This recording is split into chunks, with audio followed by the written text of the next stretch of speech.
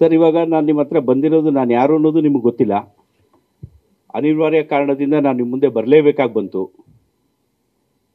ನಾನು ಹೊಂಬಣ್ಣ ಜಗದೀಶು 93ಯಲ್ಲಿ ಸೌಂದರ್ಯ ಕನ್ಸ್ಟ್ರಕ್ಷನ್ ಅಂತ ಒಂದು ಕಂಪ್ನಿ ಶುರು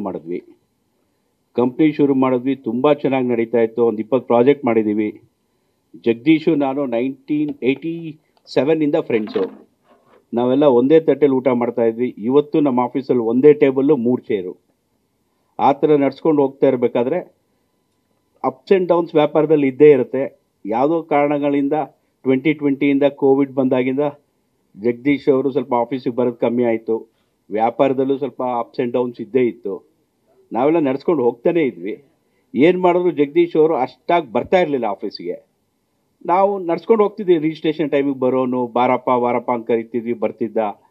ಸ್ವಲ್ಪ ಮಾನಸಿಕವಾಗಿ he was not much comfortable. ಅಂದರೂ ಕೂಡ ನಮ್ಮ ಜೊತೆ ಆರಾಮಾಗೇ ಇರ್ತಿದ್ದ. ಒನ್ ಪಾಯಿಂಟ್ ಆಫ್ ಟೈಮಲ್ಲಿ ಅದು ಏನಾಯಿತು, he had lot of other complications, ಅದು ನಮಗೆ ಗೊತ್ತಿಲ್ಲ. ಅವನು ಅನ್ಫಾರ್ಚುನೇಟ್. ನಮಗೆ ಹೆಂಗಿದ್ವಿ ನಾವು ಅಂದರೆ ಅಣ್ಣ ತಮ್ಮಂದಿರ್ಕಿಂತ ಹೆಚ್ಚಾಗಿದ್ವಿ. ಅವನು ಮದುವೆ ಮಾಡ್ಕೋಬೇಕಾದ್ರೂ ನಾವು ಜೊತೆಗೆ ಹೋಗಿ ಹೆಣ್ಣು ನೋಡಿದ್ದು. ಆವಾಗಿಂದ ನಾವು ಜೊತೆಗಿದ್ದೀವಿ. ಅವನು ಏನೇನು ಆಸ್ತಿ ಸಂಪಾದನೆ ಮಾಡಿದಾನೆ ನಾವು 3 ಜನ ಕಷ್ಟಪಟ್ಟು ದುಡ್ದೇ ಮಾಡಿರೋದು. ಯಾರಿಂದನೂ ಆಗಲಿಲ್ಲ. ನಾವು 3 ಜನ ನಿಂತ್ಕೊಂಡೇ ಮಾಡಿರೋದು. Soundarya construction, canopy homes, Rudra investments, 3 ಕಂಪ್ನಿನೂ ನಮ್ಮದೇ. 3 ಜನಕ್ಕೂ ಈಕ್ವಲ್ ಶೇರ್ ಇದೆ. ಅನ್ಫಾರ್ಚುನೇಟ್ ಅವ್ನಿಗೇನು ಪ್ರಾಬ್ಲಮ್ಸ್ ಇತ್ತೋ, ಅವನ ಪರ್ಸನಲ್ ಪ್ರಾಬ್ಲಮ್ಸಿಂದ it was nothing like that. He was no more. ನಮ್ಮ ಜೊತೆ ಇಲ್ಲ ಅವನು. ನಮ್ಗೆ ದುಃಖ ಆಗತ್ತೆ.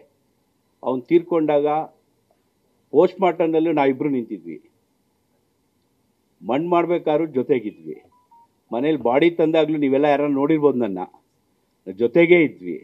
ಆಮೇಲೆ ಒಂದು ಸೌಂದರ್ಯ ಕನ್ಸ್ಟ್ರಕ್ಷನಲ್ಲಿ ಸ್ವಲ್ಪ ಅಪ್ಸ್ ಆ್ಯಂಡ್ ಡೌನ್ಸ್ ಇದ್ದೇ ಇರುತ್ತೆ ರೀ ವ್ಯಾಪಾರದಲ್ಲಿ. ಆ ವ್ಯಾಪಾರದಲ್ಲಿ ಸ್ವಲ್ಪ ಕಮ್ಮಿ ಆದಾಗ ಅವರು ರೇಖಾ ಅವ್ರು ಏನು ಮಾಡಿದ್ರು, that is called Jagadish wife. ಜಗದೀಶಲ್ಲಿರೋ ಹೆಸರಲ್ಲಿರೋ ಪ್ರಾಪರ್ಟಿ ಎಲ್ಲ 2020 ಎಲ್ಲ ಆ ಎಮ್ಮನ ಹೆಸರಿಗೆ ರಿಜಿಸ್ಟರ್ ಮಾಡಿಸ್ಕೊಂಡ್ರು. ಬ್ಯಾಂಕಲ್ಲಿ ಸಾಲ ಇದ್ದರೂ ಕೂಡ ರಿಜಿಸ್ಟರ್ ಮಾಡಿಸ್ಕೊಂಡ್ರು.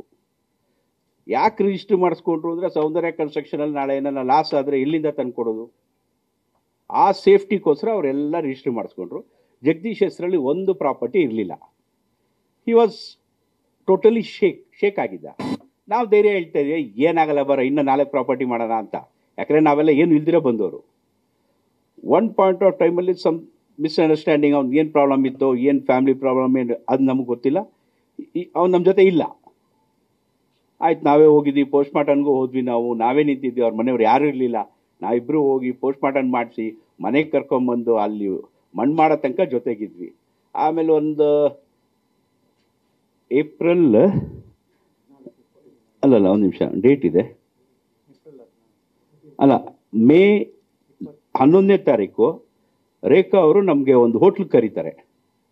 ನೋಡಿ, ಸೌಂದರ್ಯ ಕನ್ಸ್ಟ್ರಕ್ಷನಲ್ಲಿ ಇಷ್ಟೆಲ್ಲ ಆಗ್ತಾ ಇದೆಯಲ್ಲ, ನೀವೆಲ್ಲರೂ ಏನೇನು ಹೇಳ್ತೀರೋ ನಾನು ಬರ್ಕೊಟ್ಬಿಡ್ತೀನಿ, ಇಬ್ರಿಗೂ 10 ಕೋಟಿ ಕೊಡು ಅಂತ ಕೇಳಿದ್ರು. ನಾವು ಯಾವ ಕಾರಣಕ್ಕೂ ಎಲ್ಲಿಂದ ಕೊಡೋಣ 10 ಕೋಟಿ? ಬಟ್ ಎಲ್ಲರದು ಲಾಸಲ್ಲಿದೆ. ನಮ್ಮ ಆಸ್ತಿಗಳು ಹರಾಜಲ್ಲಿದೆ. ವ್ಯಾಪಾರ ಮಾಡಿದ್ರೇ ತಾನೇ ಕವರ್ ಮಾಡೋಕ್ಕಾಗೋದು. ನಾವು ಕೊಡೋಕ್ಕಾಗಲ್ಲ ಅಂತ ಹೇಳಿದ್ವಿ. ಅವರು ಆಮೇಲೆ ಅದು ಒಂದು ಮೇ 18th 22nd ಏನೋ ಒಂದು ಡೆತ್ ನೋಟ್ ಸಿಕ್ತು ಅಂತ ಹೇಳಿ FIR ಮಾಡಿದ್ರು ನಮ್ಮ ಮೇಲೆ. ಅದು ಯಾತಕ್ಕೆ FIR ಮಾಡಿದ್ರು ಏನು ಅನ್ನೋದು ನಮಗೂ ಗೊತ್ತಿಲ್ಲ. ಪೊಲೀಸವರು ನಮಗೆ ಇನ್ವೆಸ್ಟಿಗೇಷನ್ ಮಾಡಿದ್ರು.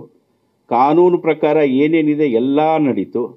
ಇವತ್ತು ಹೈಕೋರ್ಟಲ್ಲಿ ನಮಗೆ ಸ್ಕ್ವ್ಯಾಶ್ ಮಾಡಿದ್ದಾರೆ. ನಾನು ನಿಮಗೆ ಹೇಳ್ತಾ ಇರೋದು ಒಂದೇ ಒಂದು, ಅವರು 22ನೇ ತಾರೀಕು ರಾತ್ರಿ 10 ಗಂಟೆಗೆ ಹೋಗಿ FIR ಮಾಡಿದ್ದಾರೆ.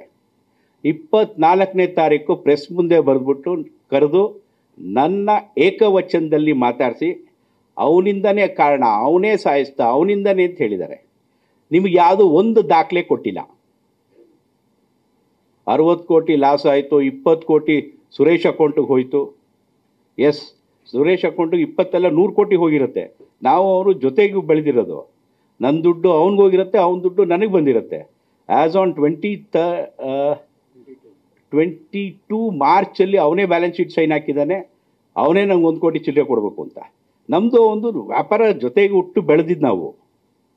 ಅವರು ನನ್ನ ಒಂದೇ ಒಂದು ಪ್ರಶ್ನೆ ಏನು ಅಂದರೆ, 22ನೇ ತಾರೀಕು ರಾತ್ರಿ FIR ಮಾಡಿ 24ನೇ ತಾರೀಕು ಪ್ರೆಸ್ ಮುಂದೆ ಬಂದು ನನಗೆ ತೇಜೋವಧೆ ಮಾಡಬೇಕು. ನನಗೆ ನಿರ್ನಾಮ ಮಾಡಬೇಕು ಅಂತಲೇ ಹೇಳಿ ಮಾಡಿದ್ರು. ಅದು ಒಂದು ಮಾಡಿದರೆ ಎಷ್ಟೋ ಚೆನ್ನಾಗಿರ್ತೈತೆ. ಕೇವಲವಾಗಿ ಮಾತಾಡಿದ್ರು. ಅವನ ಮಗ ಇದ್ದಾನೆ, ಸ್ನೇಹಿತು, ನನ್ನಿಂದ ಅವನಿಗೆ ಲೈಫ್ ಥ್ರೆಟ್ ಇದೆ ಅಂತ ಹೇಳ್ತಾನೆ.